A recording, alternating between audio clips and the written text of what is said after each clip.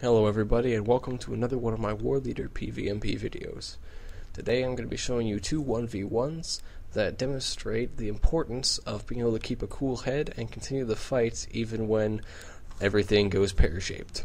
So for our fights, what we've got is we have a Guardian and a Champion, and I'm going to start off with the Guardian. Now this Guardian jumps me in the middle of Horror Hollow while I'm fighting multiple NPCs, and I start the recording as soon as I've dropped the last one and looted the body, so you got that text going up here. And the first thing I do is move out of the way so I'm not going to get any respawns on me. Deploy both my banners to give me as much of an advantage as I can, and I'm already very low on power right now, so I realize this is going to be a slugfest if he decides to stick it out, and that basically I've just got to outlast him. Fortunately for me, this guy has had 15 seconds already or so while I was trying to drop the last NPC to beat on me, and I've seen from that he's not doing a whole lot of damage. As Jaloran says, there may not be a right way to build, there are certainly wrong ways, and this guy's got a wrong way built. As you can see, I dropped the Banner of Terror, and that was about 12 seconds ago. He's already out of power. He's not hitting very hard, his regeneration is absolutely pitiful, so this guy really is not cut out for the kind of fight he's found himself in, and he's going to learn that pretty quick. Actually, it's kind of like sending Goombas to kill Mario in many respects, which his name reminds me of, although not as much as his actions do, as you'll see in just a moment. Yep, there he goes, bouncing away, as if to say this is how Mario kills my kid, and he just kind of bounces along and flattens us. As you can see there, I didn't bother to panic or anything, I just drop the NPCs around me because they're going to be what gives him the edge if I try to fight him, and go at it. Alright, next fight is Trelios, Man Champion. We're fighting at Stab right now, which is not very conducive for getting a decent fight without interruptions and stuff, which is going to be a problem later on. Alright, so first off, I went ahead and I used Power of Fear to put the slow on him, and to be able to get my heal ready to fire off instantly as soon as I need it. I'm just waiting till I get a big enough gap on my health bar to actually get full benefit out of my heal, which is coming up right about now. So here I stop, and he stuns. And I decide I want to send a tell to this guy so he doesn't interfere, so I get the whole thing. So I've stopped, I send a tell, and then I lose my Power of Fear, so I don't get the heal off there. Unfortunate for me. And right there, I got another crit, and I accidentally wasted it on my already on the move heal, so I lost 2 chances at getting the Crack the Whip off with Power of Fear, and he's taken off half my health now. So not a good situation for me, but I'm not worried. I've got the Banner of Terror is going to come off cooldown fairly soon, and that'll be ready to go.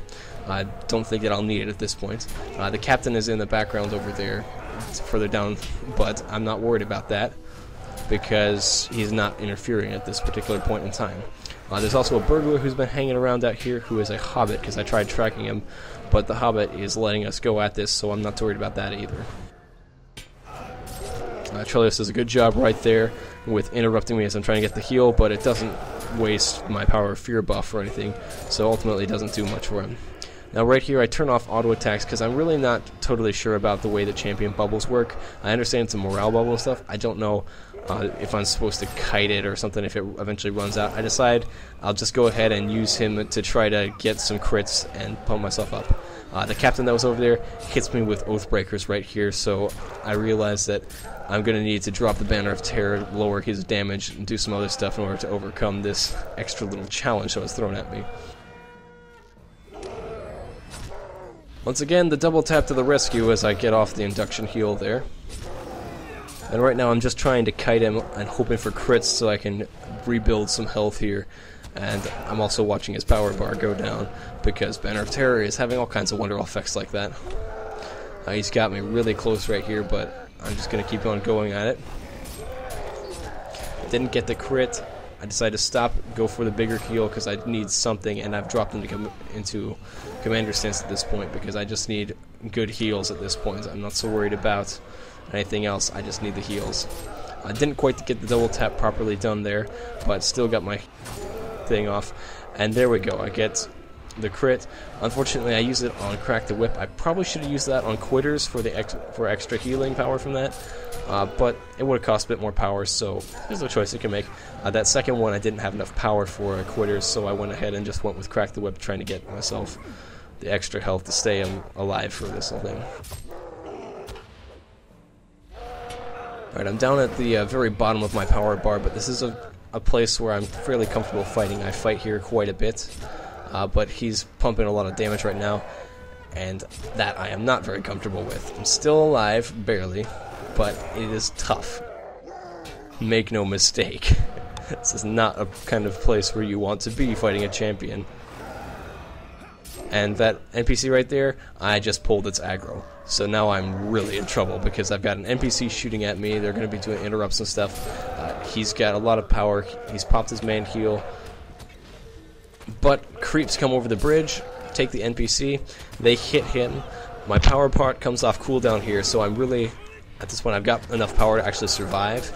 And even without the creeps interfering, I would still be able to drop him. And Dreamweaver takes the KB from me, but whatever. And I go ahead and chase off the burglar before walking away. As you can see, those were not the best fights I could possibly have ended up in. I get jumped in the middle of enemy NPCs, interference from multiple sides, stopping in the middle of the fight to type out a tell. Not very good practices in general, and that's one of only like 2 fights I've ever stopped to actually type out a tell or do something like that in my entire 1v1 career. I was pretty confident about fighting Trelios and taking out a champion, which is the only reason I did it. Really shouldn't have.